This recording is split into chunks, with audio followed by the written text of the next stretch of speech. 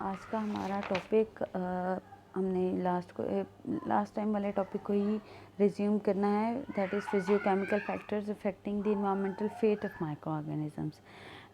हमने इन फैक्टर्स को स्टार्ट कर रखा है और अभी हमने टेम्परेचर के बारे में पढ़ा है और एटमॉस्फेयर के बारे में बात कही थी। आज जिस फैक्टर की हम बात करेंगे वो है pH factor. Now pH is a very decisive factor that in particular in which kind of microflora may exist. For example, अगर हम बैक्टीरिया, यीस्ट या मुख्तलिफ फंजाई, मोल्ड्स वगैरह का कंपैरिजन करें तो यीस्ट और मोल्ड जो हैं वो लो पीएच पर ज़्यादा प्रीडोमिनेंट हैं, while bacteria generally exist at neutral और high pH value. So we can predict by knowing the pH value that what kind of microflora may exist. In lower acidic pH, generally molds or yeast, fungal species may exist, while in high or neutral neutral pH, microorganisms may exist. Sometimes microorganisms themselves make their environment less suitable for them, or change the pH of the environment by which this environment become less suitable for these microorganisms to exist for. How microorganisms change the pH of the environment? Through the metabolism. For example, we know about the milk. Milk have lots of microflora, and in which lactobacillus are most commonly present. In different species of lactobacillus or lactococcus are present in the milk. तो जैसे जैसे milk को ये bacteria consume करते हैं, what will happen, they produce the lactic acid, ये जिसको हम कहते हैं कि मिल्क सोर हो गया है, ख़राब हो गया है, तो वो कैसे ख़राब होता है? By producing the lactic acid. Now this lactic acid will lower the pH of the milk. अब जब मिल्क की पीएच कम हो जाएगी तो क्या होगा? पहले न्यूट्रल पीएच पर there is lots of microbe, the number of microflora is relatively high, but what will happen when pH is falling और pH is becoming acidic, then these microorganisms begin to die. और बहुत कम strain जो कि pH resistant होंगी, जिन्हें आप acidophiles का नाम देंगे, वही माइक्रोब्स जो हैं वो इस लो पीएच पर गुजारा कर सकती हैं. On the basis of pH, micro organism can be divided as acidophiles, as basidiophiles, as neutrophiles. As the name implies, acidophiles जो एसिड लविंग होते हैं यानी लो पीएच पर रहते हैं, बेसिडियोफाइल जो हाई पीएच पर रह सकते हैं, और न्यूट्रोफाइल जो कि न्यूट्रल पीएच पर ही गुजारा कर सकती हैं, उसके अलावा ये गुजारा नहीं कर सकते.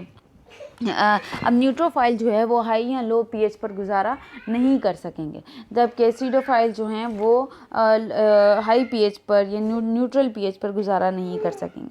तो ये जो मेटाबॉलिक एक्टिविटी है, it may change the pH. As I have taken the example of milk, there are lots of other example. For example deamination of amino acid, और जिसके नतीजे में अमोनिया बनता है, उससे पीएच चेंज हो जाती है, उससे पीएच इंक्रीज़ हो जाती है, जिसके नतीजे में माइक्रो ऑर्गेनिज्म जो हैं वो इस इंक्रीजिंग पीएच में गुजारा नहीं कर सकते जब तक कि वो स्पेशली एडेप्टेड ना हो.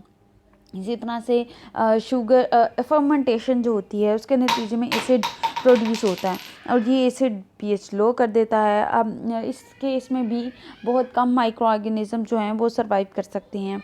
Now if micro organism have to survive in fluctuating pH, pH change हो रही है इन्वायरमेंट में, लेकिन माइक्रो ऑर्गेनिज्म को सर्वाइव करना है, जैसे हम कहते हैं ये एसिडोफाइल्स हैं, या ये जो कि लो पीएच में भी गुजारा कर सकते हैं. How exactly they can survive? Of course they have certain kind of adaptations for it, जो कि इनकी पीएच कम होने के बावजूद ये गुजारा कर सकते हैं. ना लो पीएच मीन्स और acidic pH mean there is lots of hydrogen ion in the environment, in your surrounding. अगर बाहर हाइड्रोजन आयन ज़्यादा हैं, बॉडी के अंदर हाइड्रोजन आयन कम है, हाइड्रोजन आयन ऑटोमेटिकली बाहर से अंदर की तरफ आएंगे क्योंकि यहाँ एक ग्रेडियंट जो है वो बन जाएगा. then what will be the strategy should be that one should prevent these excess hydrogen ion to come into the cytoplasm and disturb the ionic balance inside the cytoplasm. तो क्या होगा कि अगर इंट्रासेलुलर पीएच भी को extra cellular pH के मुताबिक decrease कर दिया जाए। अब जो साइटोप्लाज्मिक पीएच है वो भी डिक्लाइन कर दी जाए एक्स्ट्रा सेलुलर पीएच के अकॉर्डिंग, तो क्या होगा, जो ग्रेडियंट है उसका डिफरेंस कम होगा, जिसके नतीजे में जो आयनिक फ्लो है वो भी कम होगा। तो इस तरह की कुछ स्ट्रैटेजीज़ होती हैं जो कि माइक्रो ऑर्गेनिज्म से अडेप्ट करती हैं ताकि वो जो इन लो पीएच है उसमें गुजारा कर सकें। Now next factor is the water availability. Water is very very crucial factor, क्योंकि water जो है वो life है, वो जितने भी micro organisms हैं उन सबको चाहिए। Now if water is not available or is available in very minute amount, then what will happen that it will pose a considerable stress to microorganisms, and if microorganism have to grow and survive, they must have strategy to cope in with that condition. Now in very very first condition, osmolytes are involved in maintaining turgor of the cell. We already know about the turgor, that the, you can say, the sap or the solute plus water in the cell is maintain the turgor, or primarily water maintain the turgor. Now if you imagine that if bacterial cell is lying in that environment where there is high osmolyte surrounding, then what will happen, अगर बाहर salute concentration बहुत ज़्यादा है तो automatically cell से water जो है वो बाहर जाएगा और सेल की टर्जिडिटी कम हो जाएगी और सारे का सारा वाटर बाहर चला जाएगा और सेल डेथ हो सकती है। अब अगर ये आपने वाटर को बाहर जाने से प्रिवेंट करना है, then what should be strategies. Very first are osmo protectants और ऑस्मोलाइट्स। ये ऑस्मोलाइट्स ही ऑस्मो प्रोटेक्टेंट का काम करते हैं, जिसमें से very first osmolyte is potassium ion. Now cell there are some certain stress gene, you can say the stress gene as the osmolyte gene। ये जो genes हैं ये एक्टिवेट हो जाते हैं और ये क्या करते हैं that they increases the potassium uptake by the cell. जब पोटाशियम अपटेक ज़्यादा होगा तो सेल के अंदर भी सल्यूट कंसंट्रेशन ज़्यादा हो जाएगी और बाहर भी सल्यूट कंसंट्रेशन ज़्यादा है तो वाटर का फ्लो फिर इसी तरह से कम होगा। लेकिन अगर जो है सेल के बाहर सल्यूट कंसंट्रेशन बहुत कम है और अंदर सल्यूट कंसंट्रेशन जो है वो ज़्यादा है, तो फिर क्या होगा कि वाटर जो है वो बाहर से सेल के अंदर की तरफ आने का खतरा है। अब इस केस में जो पोटाशियम है उनका ई फ्लक्स होगा, यानी वो सेल से बाहर भेज दिए जाएंगे ताकि कम से कम वाटर जो है वो मूव करे अक्रॉस द सेल। तो इस तरह से ये सबसे पहला जो ऑस्मो प्रोटेक्टेंट है जिसे सेल सबसे पहले यूज़ करते हैं दैट इज़ पोटाशियम आयन, जिसको यूज़ किया जाता है। लेकिन at that point if the osmolyte concentration is so high in outside the cell, then what will happen कि पोटाशियम आयन थ्रेटनिंगली ज़्यादा हो जाएंगे सेल के अंदर और इतना ज़्यादा पोटाशियम आयन जो है वो सेल के लिए डैमेजिंग हो सकता है। In that case some other compatible solutes में involved which help the cell to survive in the high osmolar condition. Now these compatible solute are of various type. One is glycine betaine. This glycine betaine can be taken up by the surrounding of the cell or they can be synthesized by the cell from its precursor choline. तो ये जो glycine बिटेन है ये सबसे पहला compatible salute है जो कि सेल के अंदर सेल की ऑस्मोलैरिटी ज़्यादा करता है, सल्यूट कंसंट्रेशन ज़्यादा करता है ताकि सेल में से वाटर मूव ना करे। इसी तरह से और कंपैटिबल सल्यूट में प्रोलीन है, टेराहिलोज है, जिसकी वजह जो कि इसलिए बनते हैं जब सेल में पोटाशियम लेवल ज़्यादा हो जाए, एक्सीडिंगली ज़्यादा हो जाए, बहुत ज़्यादा हो जाए, तो तब उस केस में जो ये कंपैटिबल सल्यूट्स हैं ये बनना शुरू हो जाते हैं। अब इनकम्पैटिबल सल्यूट्स का फंक्शन क्या होता है, इन का how they actually protect the cell.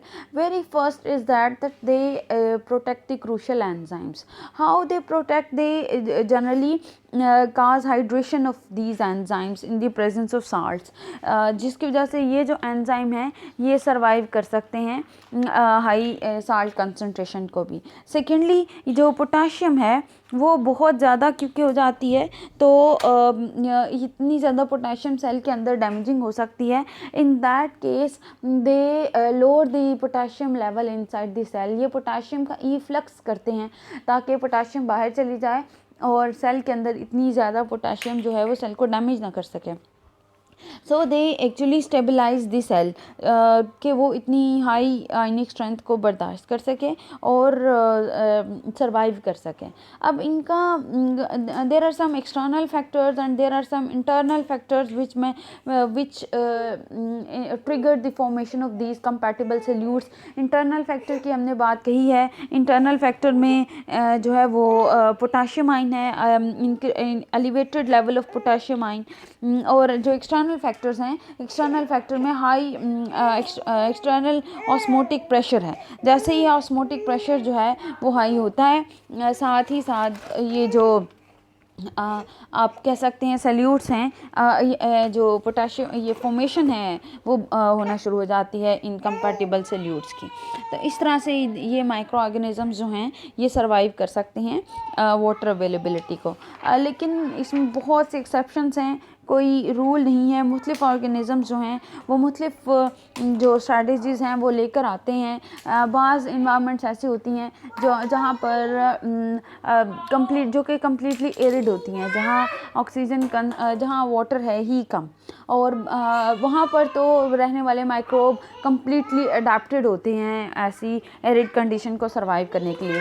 मसला वहाँ होता है जहाँ पर पीरियोडिक जो है वो कंडीशन होती है कि कहीं कभी वाटर अवेलेबल है, कभी वाटर बिल्कुल अवेलेबल नहीं है. Now these kind of microbes evolve different kind of strategies जिसमें desiccation resistant bodies भी आ जाती हैं. You might have studied it before that microbe may form endospore or exospore when water is not available or when they do not get enough nutrients to grow in that condition. तो इस तरह से ये मतलब जो आप कह सकते हैं स्ट्रैटेजीज़ हैं इनको कंबाइन करके इनकी कम्बिनेशन से जो है वो सर्वाइवल पॉसिबल की जाती है. लास्ट जो फैक्टर है वो है लाइट रेडिएशन का. अब लाइट रेडिएशन से क्या मुराद है, हम सब जानते हैं that light visible light has lots of wavelength in it, जिसमें से कुछ वेवलेंथ जो हैं वो तो हैं विजिबल जो कि अच्छी होती हैं for the photosynthesis and they are needed by the microbe for the autotrophs to synthesize their food. But some of the radiation like particularly UV radiations and UVB radiations, they are very damaging for the microorganisms. These UV radiations cause the nucleotide knockout or so many other you can damages to the microorganism. So that is why microorganism may undergo into oxidative stress due to these radiations. These microorganisms have evolved different strategies to compete in that kind of condition, and this strategy involved different form of pigmentation. These pigments protect as offer protection for these microbes. They act as photosensitizers, और ये photosensitizers जो हैं ये micro organism को मुख्तलिफ किस्म के radiation से प्रोटेक्ट करते हैं. कुछ फोटोसेंसिटाइजर जो हैं वो माइक्रोब खुद से बनाते हैं, ये इंटरनल होते हैं जैसे कि मतलब पिगमेंट्स, और कुछ माइक्रोब बाहर से मौजूद जो सब्सटेंसेस हैं उनका सहारा लेते हैं कि वो उन्हें इन रेडिएशन से प्रोटेक्ट करें. जैसे कि humic acid act as an photosensitizer जो कि सॉइल में मौजूद होता है. तो इसी तरह से ये देखा गया है कि generally those microbe that are parasitic they are more sensitive और susceptible to these radiations. but those microbes that are free living, they can survive these radiations, because the free living microbes are most often exposed to these UV radiations or different sorts of radiation, so they have strategies to cope in that kind of conditions, while the microflora that are present inside the human body or inside the body of other microbes, these microflora are unable to cope with these conditions, because they are not adapted for it. So even some of the higher plants, they also they can withstand with the high energy of light, but still a very high intensity can lead to bleaching of the bleaching of the pigments or the cell. तो ये जो UV B की तरफ sensitivity है, इसको protect करने के लिए मतलब किस्म के सनस्क्रीन कंपाउंड्स को यूज़ किया जाता है, जैसे कि अभी हमने फ़ोटो सेंसिटाइज़र का जिक्र किया है। या फिर दूसरी स्ट्रैटेजी ये है कि आप वहाँ से चले जाओ, आप मूव कर जाओ लाइट से शेड की तरफ। तो लेकिन कुछ माइक्रोब्स इंटरेस्टिंगली कंपटीशन को अवॉइड करने के लिए रहते हैं जो ज़्यादा लाइट इंटेंस लाइट वाले एरिया में रहते हैं, जैसे कि यूग्लिना की एग्जांपल यहाँ पर दी गई है, जो कि रेड फ्रेश वाटर फ्लैजिलेट है। तो ये ऐसे क्यों ये अपने आप को लाइट की डायरेक्शन में ओरिएंट कर देते हैं, वो ये क्यों वहाँ रहते हैं, in order to reduce the competition, ताकि दूसरे माइक्रोब, क्योंकि वहाँ हाई लाइट इंटेंसिटी की वजह से चले जाते हैं, तो ये माइक्रोब जो हैं ये वहाँ पर सर्वाइव कर सकते हैं। लेकिन फिर भी जो जिस तरह की भी स्ट्रैटेजीज़ हो जाएं, यूवी रेडिएशंस जो हैं वो क्योंकि बहुत ज़्यादा पेनिट्रेटिंग हैं, so they can trigger changes in the DNA, और डीएनए इन यूवी रेडिएशन को एब्जॉर्ब कर लेता है और इससे डैमेज डीएनए को होता है, और वो ये अमूमन पिरिमिडीन डायमराइजेशन की फॉर्म में होता है। पिरिमिडीन डायमराइजेशन क्या है कि अगर डीएनए के दोनों स्ट्रैंड पर पिरिमिडीन मौजूद हैं तो वो डाइमर बना लेते हैं, like these are the two strands, यहाँ पे भी कोई पिरिमिडीन है और यहाँ पे भी कोई पिरिमिडीन है। तो जब डीएनए रेडिएशंस यहाँ पे पड़ती हैं तो ये इस तरह से डायमराइजेशन बना लेते हैं। अब ये डायमराइजेशन ये क्योंकि ये सनलाइट इस ये रेडिएशन की एनर्जी को यूज़ करते हुए आपस में बॉन्डिंग बना लेते हैं, जिसके नतीजे में ये दो स्ट्रैंड जो हैं वो आपस में इस तरह से मिल जाते हैं एक खास पॉइंट पर। और ये जो डाइमर है, this is not recognized by the replication fork. जब डीएनए ने रेप्लिकेट करना है तो उसके नतीजे में ये जहाँ पर डाइमर बना होगा वहाँ पर सिंगल स्ट्रैंडेड डीएनए बनेगा, डबल स्ट्रैंडेड नहीं बनेगा। ये नुकसान होता है।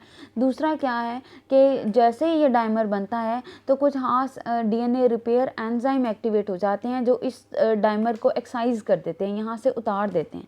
इसके उतारने के बाद डीएनए में ये जो पोर्शन है ये इस तरह का बन जाता है कि यहाँ से ये डाइमर उतर गया है, तो अब ये डीएनए इस तरह से अंदर गैप आ जाएगा। तो जैसे ये गैप आता है तो एक स्पेशल सिस्टम है which is called as SOS system.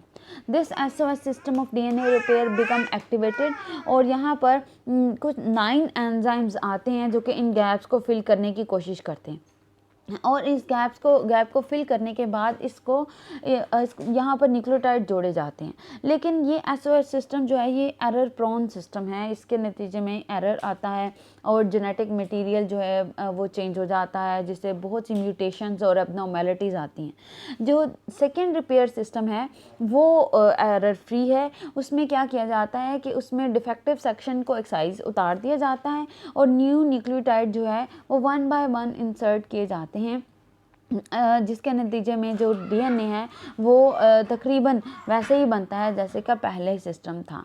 तो आल्दो कुछ बैक्टीरिया ऐसे हैं जैसे कि डिनोकोकस, ये इनका जो डीएनए रिपेयर मैकेनिज़्म है वो बहुत ही ज़्यादा इफ़ेक्टिव है, और जिस वजह से ये बहुत ज़्यादा रेडिएशंस को भी रेजिस्ट कर सकते हैं और उनमें सर्वाइव कर सकते हैं। लेकिन चाहे जितना भी एक्टिवेटेड सिस्टम हो, फिर भी जो यूवी रेडिएशन का नेगेटिव रिस्पॉन्स है वो जो रेडिएशंस का नेगेटिव असर डीएनए पर होता ही है, और ज़्यादा बेस्ट मैकेनिज़्म जो है वो अवॉइडेंस ही है कि इससे अवॉइड किया जाए। तो इस तरह इसलिए आपने देखा होगा कि ज़्यादातर जब माइक्रोब्स को हमने डेलिब्रेट उनमें चेंजेस लानी हो तो हम जो है वो इनको जब डेलिब्रेट हमने चेंजेस लानी हो तो हम इसको लेकर आते हैं कि इसमें इरेडिएट करते हैं उन स्पोर्स को, ताकि वो ये माइक्रोब जो हैं वो इसमें सरवाइव कर सकें।